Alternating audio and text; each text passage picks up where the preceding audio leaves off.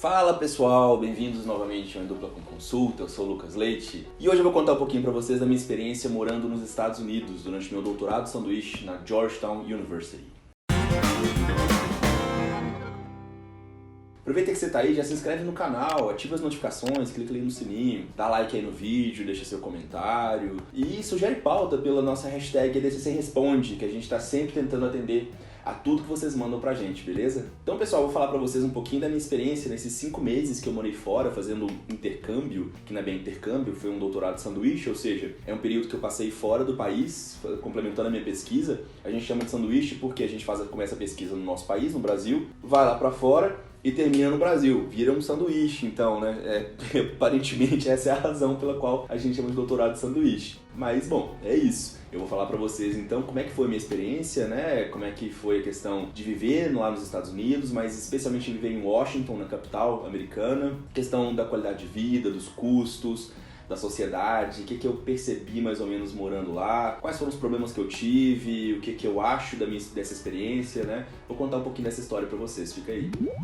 Primeira coisa, como que eu cheguei lá? Eu cheguei lá porque eu era bolsista da FAPESP, né, Fundação de Amparo à Pesquisa do Estado de São Paulo, e com a minha pesquisa de doutorado, que eu comecei no programa Santiago Dantas, eu pedi essa bolsa, né? Essa bolsa não é automática, você tem que pedir, eles têm que aprovar ou não. É uma ótima bolsa de doutorado que tem aqui no Brasil, apesar de pagar muito menos do que uma bolsa de doutorado deveria pagar, já que eles exigem que a gente tenha quase uma dedicação 100% exclusiva, eles deixam dar 4 horas aula, para vocês terem ideia, ou seja, quase nada, é muito pouco. E o Mujica subiu em mim.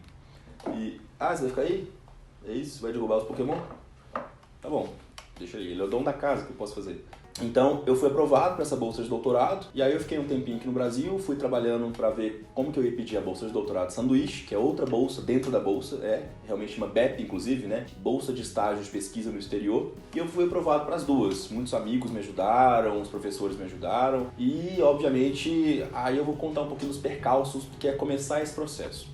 Primeiro que você tem que fazer um projeto muito arrumadinho, muito certinho. A gente já ensinou a fazer projeto lá no vídeo lá atrás, que a gente vai indicar mais ou menos, vai aparecer em algum lugar aqui. O André vai cuidar disso pra mim. E vocês vão poder ver como é que se faz um projeto do começo ao fim de uma forma mais geral, pra tentar ajudar um pouquinho.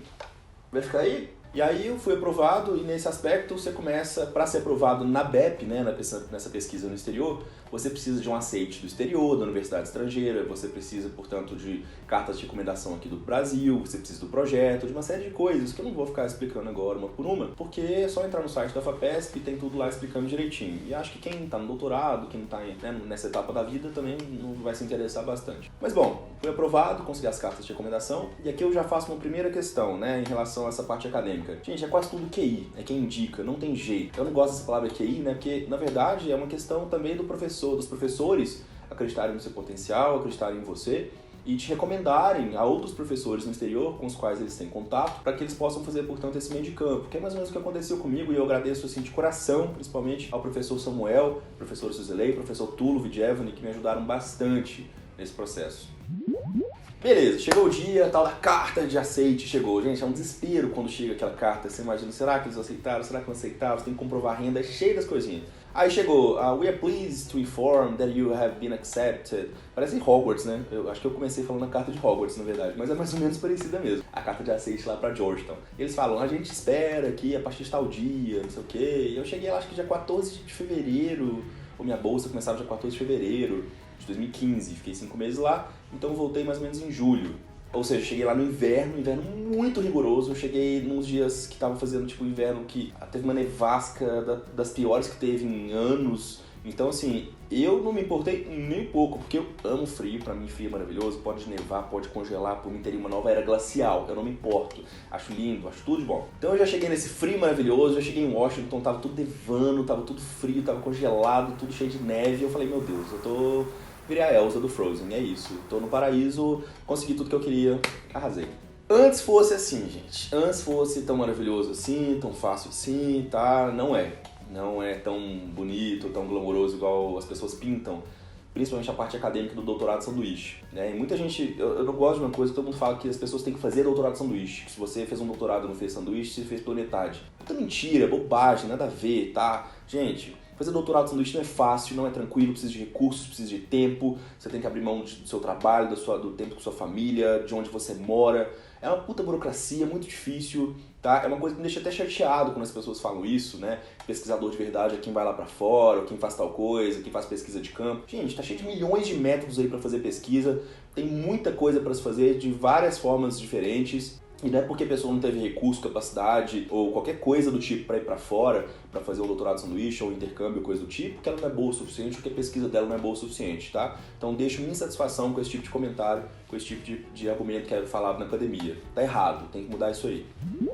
Chegando lá então, né, eu fui para onde eu tinha combinado de morar. E essa é uma novela que eu vou contar para vocês para mostrar como é que as coisas não são fáceis, nem são simples. Principalmente para um país que é muito racista e que considera a gente realmente, às vezes, cidadão de segunda classe. Eu já fui com a casa mais ou menos arrumada, né? Uma colega minha me indicou um lugar para ir. Bom, eu não conhecia nada, ela já estava lá, eu não conhecia ninguém e eu não sabia nem como começar a procurar. É tudo muito difícil, a gente não sabe nada, gente. É muito custoso esse processo inicial, né? De onde eu vou morar, quanto que eu vou pagar. Tente se cercar de pessoas que te dão dicas valiosas, te fazem isso de coração, que realmente fazem isso para te ajudar e tal, porque você vai precisar. E, bom, eu recebi essa dica e topei, né? Fui morar na casa desse senhor, desse landlord, que é o senhor mais velho. Ele era muito complicado, ele era muito difícil. A única coisa legal da casa eram outros brasileiros que moravam lá, de que eu tenho muita saudade, inclusive, a gente não se fala há muito tempo, né? Então, se vocês virem esse vídeo, dá um alô aí, dá um salve pra gente trocar uma ideia. E eles são gente boníssima, gente super competente, fazendo parte das suas pesquisas aqui do Brasil, lá nos Estados Unidos também. Então foi o que salvou um pouco a casa. A casa era super confortável, tinha tudo. Eu pagava $1.000 por mês para esse senhor. E aí, pra vocês terem ideia, minha bolsa de doutorado era de $1.800, ou seja, mais da metade da minha bolsa era só para respirar lá em Washington. Já adianto, portanto, é uma cidade muito cara, mas muito cara mesmo. Tudo é caro, tá, gente? Andar de um lado pro outro é caro, Uber é caro, a comida é cara, restaurantes são caros, nada é barato. É a capital do país, é uma cidade lotada de político, é como se fosse Brasília, e Brasília é muito cara, todo mundo sabe disso. Então tem essa questão da concentração de onde você mora, existe uma concentração de renda muito grande, geograficamente colocada mesmo lá em Washington. Então, supostamente a boa área para se morar é a Northwest, que é uma região majoritariamente branca, igual vocês podem imaginar. Tem uma parte, algumas porções de latinos, uma partezinha pequena de orientais também, né? A região de Adams Morgan, do Palm Circle, são regiões maravilhosas, ótimas. Mas quem tem grana para morar num lugar desse, vai sobrar quanto de dinheiro para pagar o resto das coisas? Gente, é foda, não dá. Né? A não ser que você tenha o seu pai, sua mãe, possa te bancar, te ajudar de outro jeito, vai com fé. Se não, querido, vai ficar que nem eu, vai ficar lá no perrengue, vai ficar medindo dinheiro e tendo que comer no McDonald's no final do mês. Eu ainda tive sorte que meus pais me ajudaram bastante, me mandaram uma grana, pagavam uma coisinha ou outra pra mim, porque senão, gente, não dá, tá? Não dá mesmo, é complicado. Então eu fui morar nesse local, que era uma região de elite, uma região muito cara, tem tudo, é maravilhoso, tem metrô perto, tem ônibus perto, tem academia que custa o olho da cara, tem restaurante que é absurdamente caro, é como se fosse pagar um restaurante nos Jardins, em Pinheiros, coisa assim. É onde mora a elite, né? Onde mora boa parte da elite branca política dos Estados Unidos, né? Não é de se esperar o oposto disso. Tá, mas o pessoal fala, meu Deus, mas Washington é uma cidade de população negra, muito grande, né, etc. Onde essas pessoas moram? Gente, é um pouco óbvio também, né? Eles moram em regiões mais periféricas, mais marginalizadas, principalmente no Southeast, né? E no Southwest, em parte menor no Northeast. Ou seja, moram em regiões que têm um valor muito menor, né? Dos imóveis, das áreas, regiões mais violentas, inclusive, da capital, regiões que não têm o mesmo acesso a metrô, por exemplo, não tem a mesma oferta de ônibus, não tem a mesma oferta de lazer, em que as coisas são mais longes.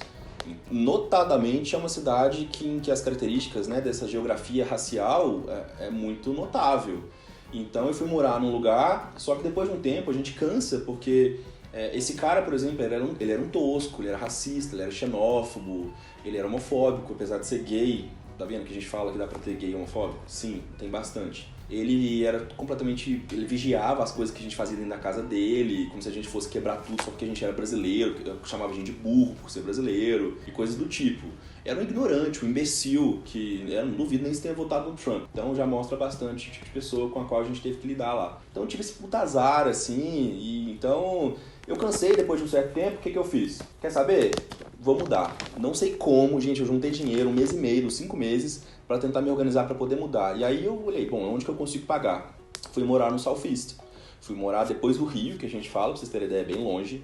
Era bom para mim, porque era mais ou menos perto da Biblioteca do Congresso, onde eu trabalhava, né? Era um pouquinho mais perto em termos de tempo e distância, apesar de ser uma região muito distante, muito longe. Mas era uma região em que eu não era bem-vindo, de certa forma, né? Eu fui morar na casa da Mrs. Rita, que era uma mulher negra americana que morava nesse bairro, que me atendeu super bem, muito querida, muito fofa. Eu mandei e-mail para ela depois agradecendo tudo que ela fez por mim para me ajudar, o valor que ela me cobrou, que foi dentro do padrão assim, de estudantes que realmente tem, né, dinheiro para pagar uma certa quantia e não ser explorado, por exemplo, só porque a gente é bolsista ou porque é uma certa região da cidade. E ela foi super legal comigo, super gente boa. E aí ela mesma me perguntou algumas coisas que me deixaram incomodados, assim. Ela perguntou, você tem problema em morar aqui? Eu falei, por que eu teria problema em morar aqui? Aí eu falei, como assim? Aí ela, não, porque esse é um bairro de negros. Eu falei, não me incomoda nem um pouco, não é uma questão pra mim, nunca foi. E ela falou, bom, então tudo bem, mas assim, tenta não sair em certos horários muito tardes, tenta não chamar muita atenção. Eu fiquei assim, eita, mas como assim chamar muita atenção, chamar pra sair muito tarde? Meus horários são meio normais, né? Eu saía pra trabalhar, pra fazer pesquisa mais ou menos às 8 da manhã e voltava mais ou menos 9, 10 horas da noite, todo dia. Era a minha rotina. Então eu pensei, são os horários tradicionais de trabalho. E ela falou, não, porque em geral o pessoal aqui é meio fechado e tudo mais. Ou seja, ela quis dar a entender que eu poderia ser visto de uma forma que talvez me deixasse desconfortável em alguma medida, né, de certa forma. E realmente aconteceu. Teve uma vez que um grupo de pessoas meio que foi chegando, eu saí do metrô, fui pra casa de onde eu tava morando, a Mrs. Rita, e eles meio que não me cercaram, mas chegaram assim e perguntaram, oi, e aí, o que você tá fazendo aqui? Tipo, o que você tá fazendo no nosso bairro, na nossa região? Eu falei, não, eu moro ali e tal, eu moro naquela rua. Eles, como assim você mora ali? Na casa de quem? Da Mrs. Rita, não sei o quê. Aí eles falaram, de onde você é? Você tem um sotaque estranho? Eu sou do Brasil e tal. Ah, não, isso aí, Brasil, latino. Eu falei, ai meu Deus, que coisa boa, né? Ser brasileiro pela primeira vez me trouxe alguma coisa positiva nesse país. Então eu falei, não, beleza, tô livre, tá tudo bem, tá tranquilo, ninguém vai me encher o saco mais, né? E não vai ter mais esse desconforto, assim. E é isso, não me incomodou hora nenhuma. Eu sempre fui muito bem tratado, ao contrário do que algumas pessoas falaram, né, dessa região. Eu não sei, tenho medo, não sei o quê. Não quero ir lá, não passo por lá, não gosto de ir lá à noite. Nunca vi nada, pelo contrário. Vi mesquitas muçulmanas, né? Achei super legal isso. Vi igrejas protestantes, tudo muito pertinho uma da outra. Tinha uma biblioteca muito legal para estudar lá também. Mas assim, metrô mesmo, eu tinha que andar um pouquinho para chegar, mas ainda assim valia a pena. E tinha uma oferta de ônibus reduzida, mas ainda assim valia a pena a gente não ter que passar certas coisas, né, com certas pessoas em outro país, que é uma coisa que acaba muito assim com a nossa autoestima, que é bem chato. Então, contei pra vocês da questão da moradia, né, que tem essa questão geográfica, se você mora em certos lugares, e na U Street, M Street, que legal, 18th Street, por exemplo, lindo, cheio dos bares, tem jazz, é tudo maravilhoso, no papel, se você tem grana, se você tem capacidade para poder se deslocar facilmente para esses locais. Porque, por exemplo, quando eu morei lá naquele outro bairro, no Southeast, na região Southeast, eu não tinha essa capacidade de ir e vir rapidamente assim, porque eu dependia de transporte público. E depois de certo horário não funcionava. E aí pagar Uber é caríssimo, não dá para ficar pagando Uber quando você é estudante bolsista em outro país. Então eu ficava muito limitado. Aí tinha gente que perguntava pra mim, você não vai em nada, não vai nas baladas que a gente chama, não sei o quê. Eu falei, não, primeiro porque eu vim pra estudar. Segundo, porque eu não tenho grana. E terceiro, porque, e aí, eu vou ficar onde? Né? Depois que a balada acabar ou coisa assim. Então, gente, não tem nada de glamour, não tem nada de muito legal nesse aspecto não, tá? Pra questão fora da pesquisa que eu tô contando pra vocês. Da questão da moradia, da sociedade, de morar lá, dos custos em geral. Então, em geral, é isso, né? Nessa parte mais da cidade em si. É uma cidade linda, maravilhosa. Era uma delícia correr na cidade. Uma cidade muito plana, muito fácil, né, de andar, e ela é muito organizada, faz muito sentido você andar lá porque as ruas têm uma certa organização, Google Maps, qualquer coisa do tipo te joga para qualquer lugar muito tranquilamente, te fala o metrô mais próximo e qualquer coisa assim. E aí tem outro ponto que é negativo, que é o transporte público do metrô. Gente, o metrô em certos horários é muito ruim. Muito ruim mesmo. Do tipo, você tá bem perto da hora do rush, você quer ir pra casa e vai passar um novo trem em 20 minutos. 20 minutos. Gente, 20 minutos pra passar um trem. Isso não existe, sabe? Você tá aqui no metrô, aqui perto de casa tem estação, desço lá, tô bonitinho, até falo 1 minuto e meio, vai chegar o próximo. Lindo, arrasou, obrigado. Tudo bem, nossa malha é péssima, a gente consegue chegar em só em lugares específicos aqui em São Paulo, mas assim, ela é eficiente, né? Nesse aspecto do que ela né, do que ela existe, do que ela faz, ela é boa. A de lá, gente, ela não chega em todos os lugares e, assim, é tudo muito demorado, além de ser caro. Você paga não pelo trecho individual, mas pelo trecho específico. Se você for de um lugar X a Y, dependendo do tamanho, você vai pagar, né? Então, ainda tem essa questão. Se você mora longe, vai pagar um pouquinho mais. Só piora, né? Os restaurantes são caros, mas são muito bons. É uma cidade que tem uma oferta muito grande de tudo nesse aspecto, muito turística. E museus, gente. Pra quem gosta de museu, é a cidade perfeita. Tá? Washington, nesse aspecto, é sensacional. Lá porque quem cuida dos museus é o Smithsonian, né? O Instituto Smithsonian. E esse instituto, ele é federal, ligado ao governo federal, e aí tem muito recurso. E aí, gente, olha que lindo, é tudo gratuito. Tudo que é ligado ao Smithsonian é gratuito. Então, né, Museu de História Natural, Museu de História Americana, tudo de graça, é sensacional, tá? E um museu que não é gratuito, mas o que eu falo pra vocês, tem que ir ao Newseum, que é o Museu do Jornalismo. É lindo, é muito legal, é sensacional também. Fui com a Erika Rezende, grande amiga lá do Rio de Janeiro. Um beijo, Erika. Em relação à educação, Washington é incomparável com muitas cidades americanas, né? Ela tá na frente, anos-luz, assim, de muitos lugares. Especialmente para quem estuda ciência política, gestão pública, relações internacionais, qualquer coisa do tipo. Porque é a cidade, né, que tá ligada à questão da administração do Estado, né? Onde fica o governo, onde fica o Congresso, a Suprema Corte, o Executivo, a Casa Branca. Então você tem uma oferta de universidades de ponta muito boas em uma quantidade enorme. Você tem a Johns Hopkins, você tem a American University, George Washington, você tem a Howard University e você tem a minha queridinha, o lugar onde eu estudei, Roya Saxa, que é a Georgetown University, que eu amo de paixão, tá aqui, comprei mesmo, sou desses, fui lá. Tem também, ó, olha que fofurinha, como é que eu esqueci o nome dele? É o Bulldog da Georgetown. Ele tem a camiseta dele também. Acho que é Jack the Bulldog. Não lembro agora, bonitinho. Olha que fofinho. Comprei também. A Georgetown, gente, é uma instituição, a primeira universidade católica dos Estados Unidos. Ela dá pra ver isso quando você vai lá na universidade, porque tem uma capelinha lá e tal. Ela é bem antiga, né? Ela tem a data aqui, tem 1789, ou seja, pouco tempo depois dos Estados Unidos se tornar independente. Olha que interessante. E ela é linda, ela é maravilhosa, ela parece Hogwarts, gente, é um castelo. As imagens vão aparecer aí pra vocês. Foi um sonho, sensacional, todo mundo me recebeu muito bem. Eu fui convidado para dar uma palestra, inclusive em espanhol, sobre política externa do governo Dilma. Eu não falo nem espanhol tão fluente, né? Eu falo espanhol razoável, e bem bota razoável nisso. E não sou especialista em política externa do governo Dilma, mas a gente aceita todo desafio que aparece, né? O brasileiro, pelo menos nesse aspecto, é muito bom. Qualquer parada a gente tá topando. E aí fui lá na Georgetown, trocamos ideia, grandes amigos foram lá me ver, me acompanhar, me ajudar, que foi o Café e a Sabrina, uma saudade imensa desses dois, queridíssimos, venham pro Brasil, please come to Brazil, pra gente poder se ver. E eu tô planejando, juro por Deus, que eu tô tentando ver como é que eu vou fazer pra ir pra Washington, pra passar uns dias como turista, com dinheiro, pra comer onde eu quiser, fazer o que eu quiser e visitar vocês, que eu morro de saudade. Tá? E esses dois me ajudaram muito lá, foram muito queridos comigo. Eu fiquei bem deprimido depois de um certo tempo lá, porque eu trabalhava muito, não fazia quase nada. E eles foram essenciais para, né, levantar minha autoestima, me ajudar, me chamar, me buscar, fazer as coisas comigo. E o Lucas Rossi, grande amigo aqui de São Paulo, também foi lá em Washington, aproveitou que estava lá, a gente se viu, saiu também, foi super divertido. Então, tem tudo a ver com essa ideia de criar uma rede de contatos, e eu falo isso pra vocês, cria uma boa rede, né, de relacionamentos, de pessoas próximas, nem que seja por aqui pra te dar um apoio lá, ou tentar entrar nos grupos de WhatsApp, de Facebook, coisa que tem, pra tentar minimamente te ajudar a você não pirar, cara, porque realmente é complicado. A Georgetown é linda, super legal, tem tudo, a infraestrutura é sensacional, vocês não têm ideia. Mas assim, não adianta, né? Eu ficava enfurnado na biblioteca da Georgetown o dia inteiro no começo da minha pesquisa. Eu lia sem parar, eu lia, assim, muitos livros e de forma muito rápida, porque eu tinha pouco tempo, né, nos Estados Unidos. 5 meses parece muita coisa, mas não é tanto. Então eu tive que correr muito, então eu não interagia muito com quase ninguém, eu comia sozinho, chegava em casa e jantava sozinho. Era uma rotina muito exaustiva, a gente fica meio mal depois de um tempo. E as pessoas lá em Washington são um pouco fechadas, né? Em algumas vezes que eu precisei, por exemplo, de ajuda, principalmente no Arquivo Nacional, no National Archives, né?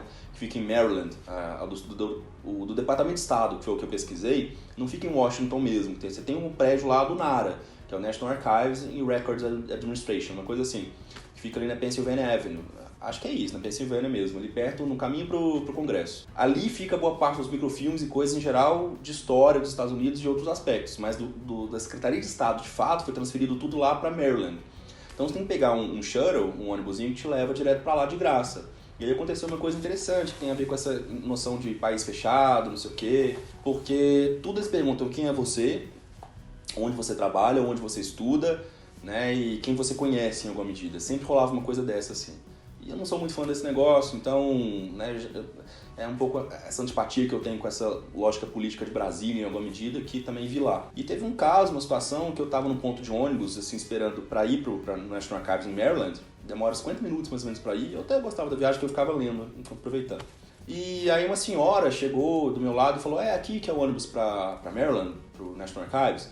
Eu falei, é aqui mesmo e tal, e beleza. Aí ela chegou, você tá indo pra lá? Você vai fazer pesquisa sobre o quê? Eu falei, eu faço pesquisa sobre história dos Estados Unidos. Eu falo sobre o pós-guerra civil, né, e a reconstrução até chegar ao final antes da Primeira Guerra Mundial, e tô buscando fontes diretas, fontes primárias, não sei o quê. Aí ela, nossa, que legal, você é vinculada a qual universidade? Eu falei, na Georgetown. E você é de qual estado? Não tô reconhecendo pelo sotaque.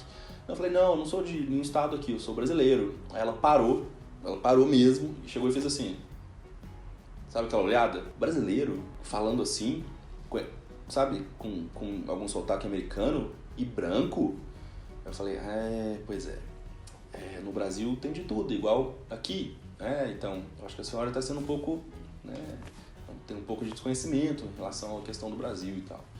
Ficou um climão, ela falou mais nada. Na hora de sentar no ônibus, ela sentou lá atrás, eu sentei na frente, fiz questão de ficar longe, mas ilustra um pouco como é que é a situação, né? Como é que é difícil. Né? E eu não tô querendo generalizar aqui de forma alguma, mas assim, a experiência em geral é que as pessoas não são muito abertas. Lá no National Archives, quando eu cheguei, por exemplo, eu não fazia a menor ideia de como fazer qualquer coisa. Meu primeiro dia foi só para lidar com burocracia, no sentido assim, como é que eu pego um crachá para poder entrar nesse lugar? E aí eu fui lá, você tem que conversar com tantas pessoas, você tem que tirar foto de não sei o que, você tem que preencher não sei quantos formulários. Sabe a burocracia brasileira de cartório? Igualzinha, tá? Não mudou nada. Nessa parte, pelo menos, é difícil, depois fica mais tranquilo. Aí beleza, o problema é que isso tudo seria muito fácil se alguém te falasse assim, olha, você primeiro faz isso, depois aquilo. Só que a mulher que estava lá, ela percebeu, né, deu pra ver que eu não era americano, que às vezes o sotaque não engana, ou que às vezes a gente dá uma gafezinha. E ela, quando eu perguntava as coisas, ela começava a rir. Só que era uma risadinha irônica, e eu tentando trocar uma ideia. Não, olha, me desculpa, não sei, é a primeira vez. E aí ela, não sabe? E sabe, fazia coisa assim. Eu, gente, mas qual a necessidade disso? Eu acho que é o seu trabalho, é a sua função. Você tá aqui exatamente nesse lugar para ajudar, auxiliar as pessoas que chegam. É o mínimo que se espera, um pouco de empatia com quem não sabe nada da questão. Então eu passei o dia, na verdade, indo de um lugar para outro, tirando xerox de coisa aqui, coisa ali. Tive que mostrar para ela a autorização da universidade, porque ela não estava acreditando que eu era da Georgetown, coisas assim. Então foi um perrengue e tal, mas beleza, funcionou. Agora, na Biblioteca do Congresso, pelo contrário, eu tive muita ajuda. Tanto lá, sabe aquele filme Na Lenda do Tesouro Perdido? Acho que não sei se é no primeiro ou no segundo, que eles entram na Biblioteca do Congresso pra pegar o livrinho do presidente. Acho que é do 2, Então, tem uma hora que eles passam ali no meio, não sei se vocês lembram, tem uma coisa de madeira em que fica tipo o chefe, o secretário ali, trabalhando com as coisas. E esse cara, né, nos dias que eu tava lá, em geral nos turnos, mais à noite que eu tava lá, que eu fazia meio que metade em um lugar, metade em outro, às vezes no todo. Ele sempre me ajudava, ele me dava altas dicas, ele falava, você vai achar mais coisas assim, busca essa palavra de referência e tal. Muito que a Grazi lá do Santiago Dantas fez comigo durante muito tempo, sempre me ajudou. Um beijo enorme pra Grazi, porque ela foi maravilhosa na minha pesquisa. E também lá na parte dos microfilmes e de documento físico, né, sem ser dos livros, da biblioteca mesmo, no setor de política externa do arquivo do Secretário de Estado, uma senhora me ajudava em tudo. Ela me dava altas dicas. Ela perguntou, o que você está pesquisando? Não, eu vou te mostrar, vou te ajudar e tal. Então, assim, tem de tudo, né? Eu dei azar em alguns momentos, mas em outros eu fui muito sortudo de ter gente muito legal para me ajudar também. E que foi essencial para minha pesquisa andar muito mais rápido do que andaria se eu não tivesse tido essa ajuda inicial. Então, para resumir para vocês, assim, se eu puder resumir rapidamente, como é que foi minha experiência nos Estados Unidos? Ela foi muito boa para minha pesquisa. Eu passava o dia vendo artigos científicos, lendo livros e tendo acesso a bibliotecas que eu jamais teria aqui no Brasil. Não tem lugar nenhum no Brasil que tem aqueles livros, aqueles dados, aquelas fontes. Eu trouxe uma média de, se não me engano, entre 8 e 11 mil páginas de documentos escaneados, que eu ainda não consegui nem organizar, pra vocês terem ideia, porque é muita coisa. Eu tirei meio que um tempinho longe de tudo que é acadêmico, de cuidar de mim, de A gente volta dos Estados Unidos, a gente volta meio mal, eu voltei muito acima do peso, deprimido, né? E a gente já falou um pouquinho disso aqui com a Fernanda, naquele vídeo sobre pós-graduação e depressão. E foi um momento muito complicado, eu passei por algumas atribulações familiares, teve a defesa do doutorado, eu falei, não, eu vou tirar esse tempo pra mim. Então, desde então, defendi minha tese de doutorado em 2017, tô quietinho, mas obviamente quietinho com algumas limitações, né? Porque eu já tô meio que cuidando do meu livro. Então, fechando o livro, vai ser uma das coisas que eu vou fazer, organizar esse banco de dados de uma forma geral, não só para mim, mas para todos os americanistas brasileiros que quiserem usar. Eu trouxe muita coisa de América Latina, Ásia, relações, né, dos Estados Unidos com esses países, com a América Central, com Cuba, Filipinas, e tudo que é relacionado àquele período de 1865 até 1913, mais ou menos, que é um período muito importante para a história americana e que é pouco estudado aqui no nosso país. Para além da questão da pesquisa, eu digo assim, foi legal? Foi legal porque é uma experiência, essa experiência conta, você aprende muita coisa, amadurece em alguns aspectos, algumas questões, né? Você aprende a se virar sozinho em outro país, às vezes sem ter o apoio, a ajuda de ninguém. Eu tive apoio, sempre que eu precisei também em termos mais burocráticos, acadêmicos, da Margaret, professora Margaret Hayes, uma querida lá da Universidade da Georgetown, e também do meu orientador formal, né, o Eusébio Murral Leon, que foram sempre muito gentis comigo, muito simpáticos, igual a todos da Georgetown. Então, no aspecto institucional da universidade, eu não posso reclamar de nada. São pessoas sensacionais, super prestativas, super queridas. Então, assim, o saldo é muito positivo na medida em que me ajudou a ser quem eu sou hoje, e toda experiência é positiva nesse aspecto, né? Me ajudou a repensar certas relações, certas pessoas, o que eu quero, o que eu não quero. Por exemplo, eu jamais não, mas eu não pretendo morar nos Estados Unidos tão cedo, ou pelo menos não sei se ever again, sabe? Uma coisa assim. Não sei se eu gosto do estilo de vida deles, da forma como eles se relacionam, especialmente na cidade de Washington. Não sei se é pra mim, né? Eu dou mais valor a certas coisas que estão aqui no Brasil do que lá. Agora, se me oferecer um emprego legal no Canadá, no Uruguai, no Chile... Então, valeu a pena mesmo, gastando 1 milhão de bilhão de, sei lá, trilhões de reais, que é caro naquele lugar. Vale a pena mesmo morando num lugar muito tosco no começo, no sentido, né, social, e depois tendo que morar num lugar complicado em termos geográficos, mas muito mais tranquilo. Vale a pena pela pesquisa, pela experiência. Então eu digo assim, se você puder, se você tiver a oportunidade, mestrado sanduíche, doutorado sanduíche, na graduação, intercâmbio, vai pra fora, vai estudar, vai conhecer gente, vai passar uns perrengues, vai aprender a se virar, que é bom, faz bem pra gente, isso é legal. Claro, ninguém não tem que passar por sofrimento, não. Acho que o sofrimento tem que evitar, sim, né? Ninguém tem que ficar sofrendo à toa, muita coisa podia ter sido evitada por mim ou por outras pessoas, mas é aprendizado, e acho que é isso que fica. Espero voltar, talvez, para algum lugar para fazer um pós-doutorado. Não sei se Estados Unidos, não sei se na Georgetown, não sei quando. Quem sabe aí eu não faço um diário de bordo de alguma viagem que eu fizer em breve aqui pro canal. Então é isso, pessoal. Espero que vocês tenham gostado um pouquinho desse relato de como foi viver em Washington, apesar de alguns probleminhas, de algumas questões. O Mujica está completamente translocado, porque acho que ele está chateadíssimo que eu não levei ele pro Washington, mas ele nem existia ainda, Mujica. Você não existia, você não era meu gostoso. Obrigadíssimo por ter ficado até aqui, a gente espera vocês em breve, né? E curte o vídeo, deixa seu comentário, se inscreve no canal e a gente se vê nos próximos episódios. Valeu, tchau, gente!